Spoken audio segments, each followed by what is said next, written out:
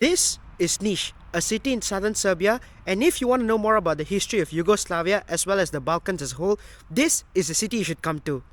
Currently, it is peak winter here in Serbia, so combine these grey skies with these concrete blocks, and mind I say it, you get a very Soviet vibe. This building, of course, is the College of Technical Applied Sciences. That's what it says on Google Maps. Yeah, people study over here, and it looks very bleak. I'm gonna be very honest, especially under weather like this, it looks very dreary. Okay, really gives you a sort of Eastern Bloc kind of vibe. And what really puts the bell on this building is that it's right beside this thing, and this thing was a Nazi concentration camp. I bet you didn't expect that, did you? For me to say Nazi concentration camp, like boom, surprise.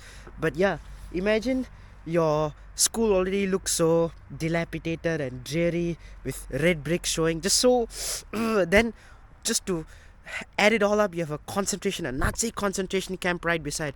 So now I'm gonna enter it, and I'm gonna tell you more about this concentration camp. From the Nazis all the way till Constantine the Great, Niš has seen it all. As I enter through this door, of course I'm gonna be a bit more somber and solemn, because this is a place which has seen great human suffering. So here goes. First thing I notice once I enter is this thing. So, okay, I don't know what is this. It looks very Soviet in nature, might I add.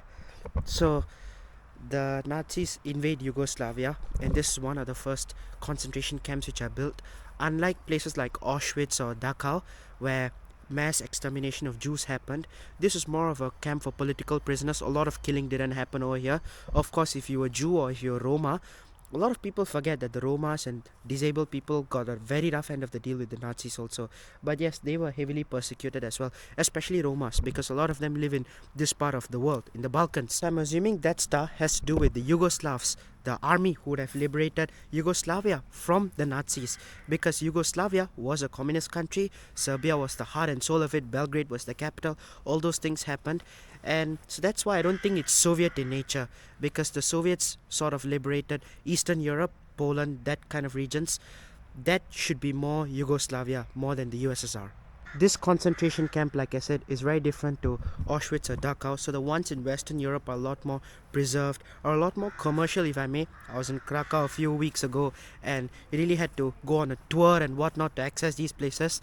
This is right at the heart of Niš city, so you can literally just walk in. There is a ticket to be gotten, but very accessible and a lot less polished, which I think adds a lot more rawness to the entire experience. Inside the building, it's authentic. Okay. You can take a photo without flash. The concentration camp is split into two sides. So over here were where the Germans would have stayed, the Nazis. And you can see a lot of German words here still. Kuche, large kuche, and then over there it says Ashram. I don't know if you can read it. So Ashram means dining hall, Kuche means kitchen. So the Nazis would have cooked over here. The captors, they would have lived in considerable luxury over here, and their captives were the Serbians who were housed in this building. And at its peak, it is said that there were 30,000 prisoners in here.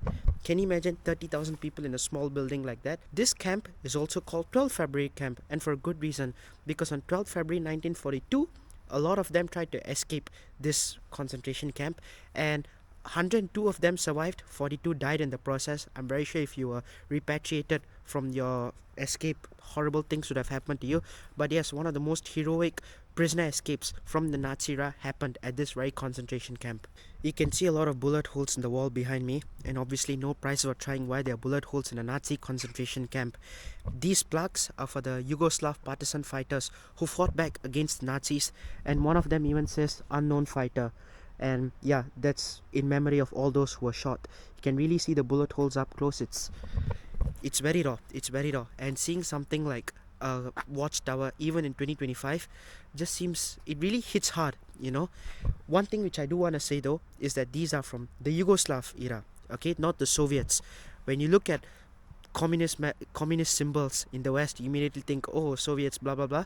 But you have to remind yourself that Yugoslavia existed down in the southern Slavic region. In fact, Yugoslavia itself means southern Slavs.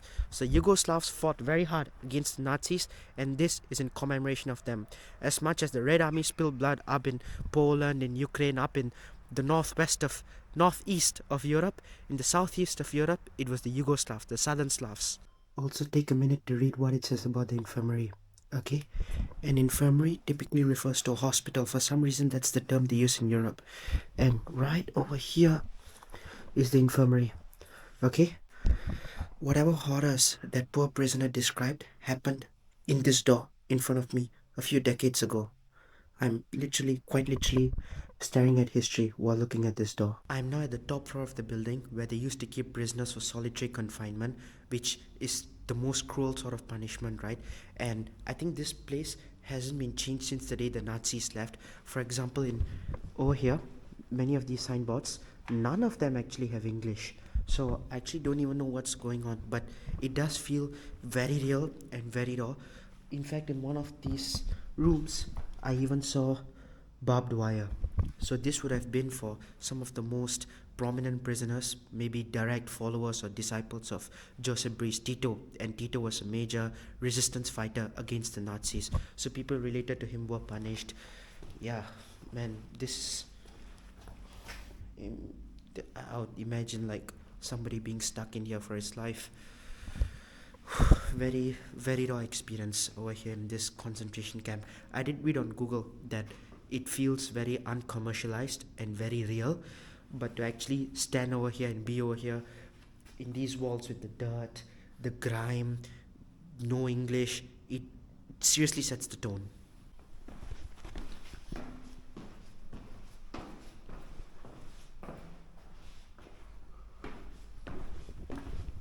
I'm very sorry for starting this video on such a somber note, but it is true that the people of Niš have gone through a lot of pain and suffering, especially this Nazi concentration camp where it's very true and authentic. You can really go snooping around to see what it was really like for the prisoners. So something which you can't do in other parts of Europe, you can do over here. You know the school I was making fun of earlier? It's right over here. And yeah, there's broken glass and all that stuff. So from the outside it looks very rough, but I actually went up in there and looked through the glass windows because the door is locked. It's a Sunday, and from the inside it's actually not bad. Looks quite respectable, just like any other school. I think it's just the exteriors which are pretty damn bad. And I think, okay, so somebody just opened the door behind me over there, and let's just say he doesn't look very Serbian. So I think he's either one of those people, migrants crossing in from Asia into Western Europe, or he could be from the Roma community as well.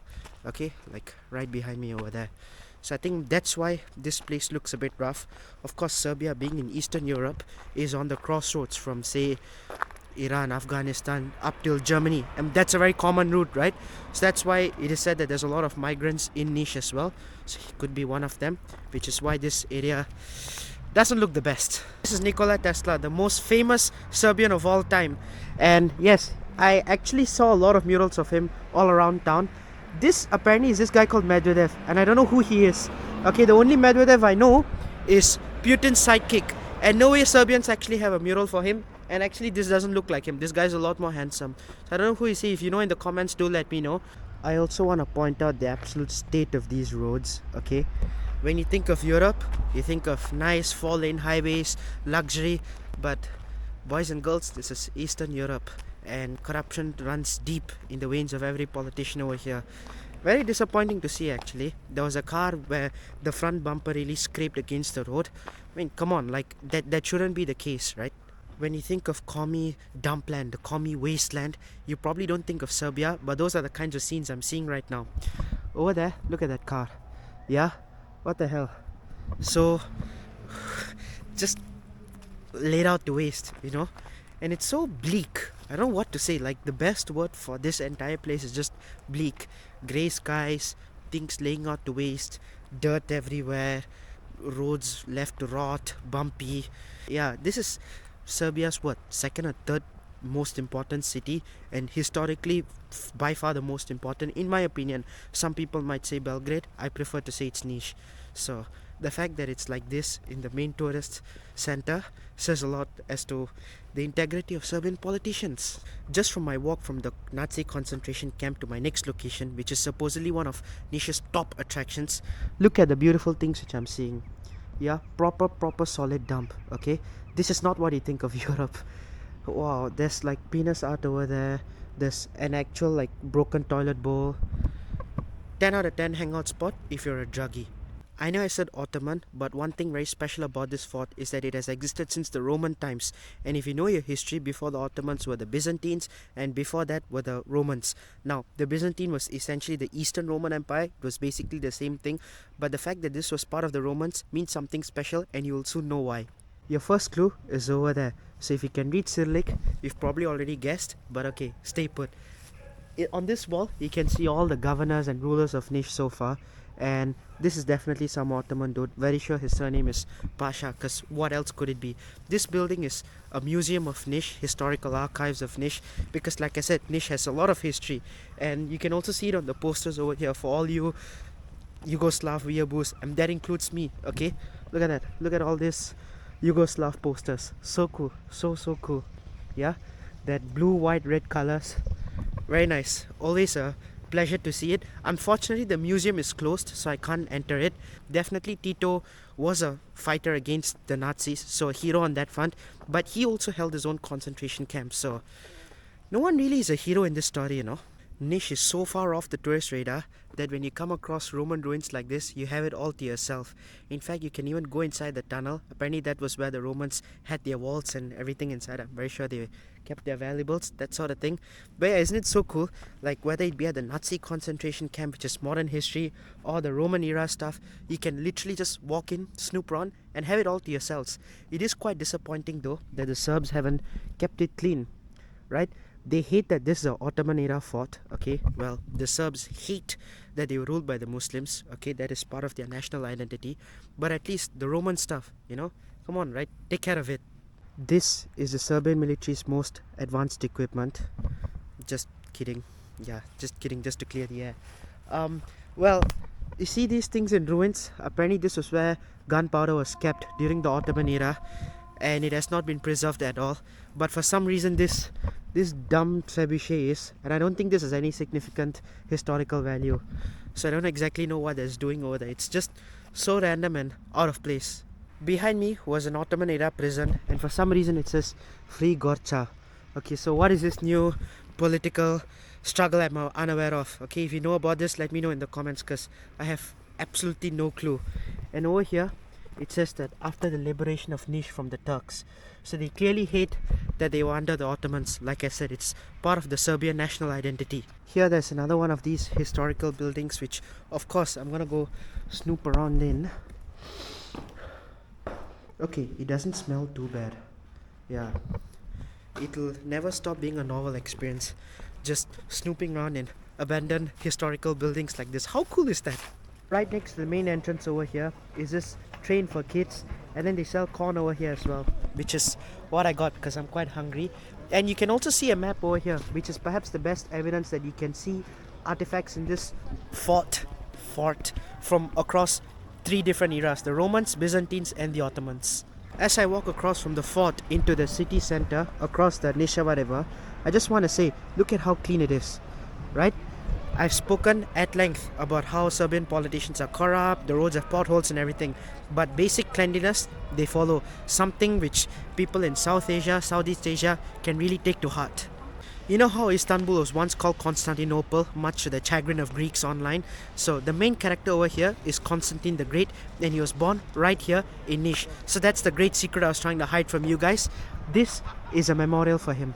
Okay, memorial or some sort of plaque for him. Yeah, born in 312, built in 2012, right along the Nishava River with the fort over there. So that's something the Serbians don't really like. Very Ottoman era, like ugh. But Constantine, yeah, they are willing to take heritage from him, that this great Greek hero was born on our soil, on Serbian soil. There's a few Coca-Cola volunteers over here, and they're just giving Coke for free. Now I'm gonna walk through and see if I get one for free also. So let's try it out. Okay. Hello. Thank you. You're welcome. Wow. Cheers. I'm sorry man, but Pepsi, you have a long way to go here in Serbia. All throughout the Balkans right now, there's a bunch of protests happening against politicians and their corruption. Serbia is no exception. Look at this huge crowd, and there's police people standing all around them, not letting them turn in over here, because those are like the main tourist areas. Yeah, not gonna lie, I'm quite intimidated. because there's a lot of whistling, there's a lot of noise, and it's a huge crowd. Yeah, seriously huge crowd, and there's been some sort of casualties from these protests. The police have shot at these people, so I don't want to mess around too much, but I do want to know what exactly are they protesting for, right? Like, are they looking to oust the prime minister? What are their goals and what are they trying to achieve? Can I understand what this protest is for? Because of the bad government. Government. Because they want to shut out our school, and it's the first school in the city. Oh, And they want to shut it out because of the government. Because the kako se kaže rukovodstvo škole? School government. It's kako se kaže protiv. It's against the. Aj pomogni mi, brate. Okay, corruption. Corruption. All right. Okay. And corruption kills. Oh yes, corruption kills. You film us? Can you please edit to this? No. Please. All right. Thank you. All the best.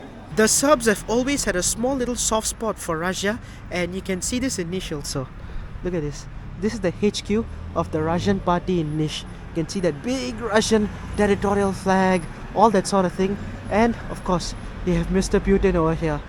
So interesting, because in today's day and age, with what Russia's doing in Ukraine and where not, you wouldn't find this. But in Serbia, in only selected parts of the world, you'll be able to see something like this, and I don't know what to make of this. I mean, let's be honest, Putin is a convicted war criminal.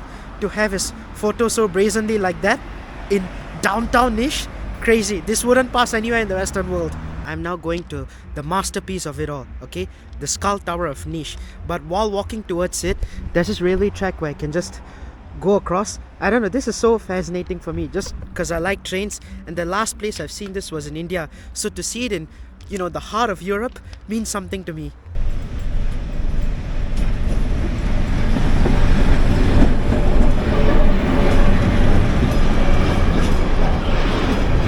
It's now only 4 p.m, but because it's winter, the sun is already rapidly setting.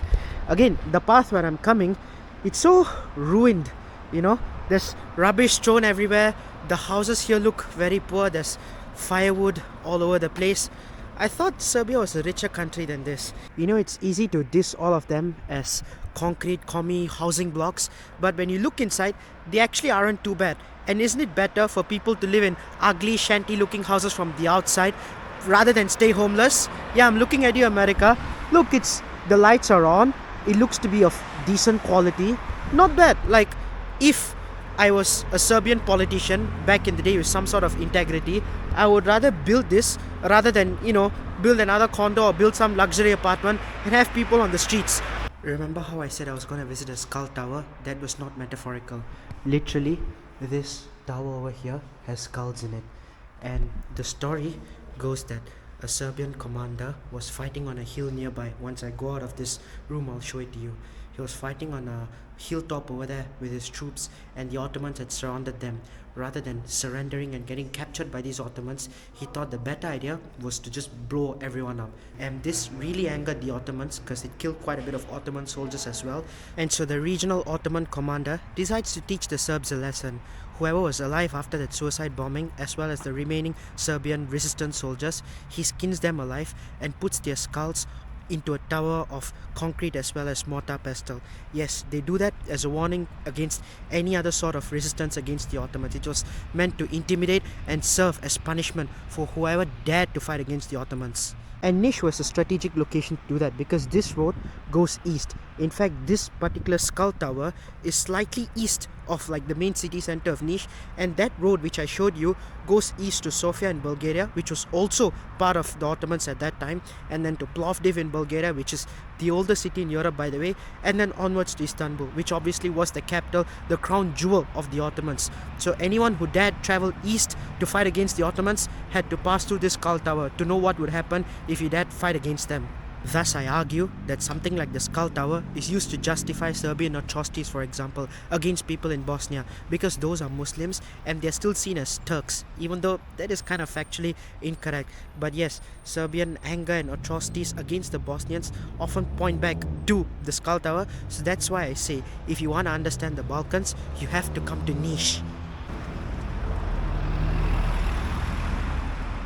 I hope you've enjoyed this video. Niš is Serbia's third largest city and in my opinion culturally and historically the most important. From the Romans to the Ottomans to even Russia's current love for Serbia, we've seen everything, and I hope this has given you a good taste of what is it like to visit Serbia. As usual, if you enjoyed this video, do drop a like and consider subscribing as most of you haven't already. If you have any thoughts or opinions on the stuff which I've said in this video, do drop them as a comment. I would love to read them. Finally, follow me on my TikTok and Instagram where I post a lot more frequently. And that's it then. Thank you and ciao from Niš, Serbia. Goodbye.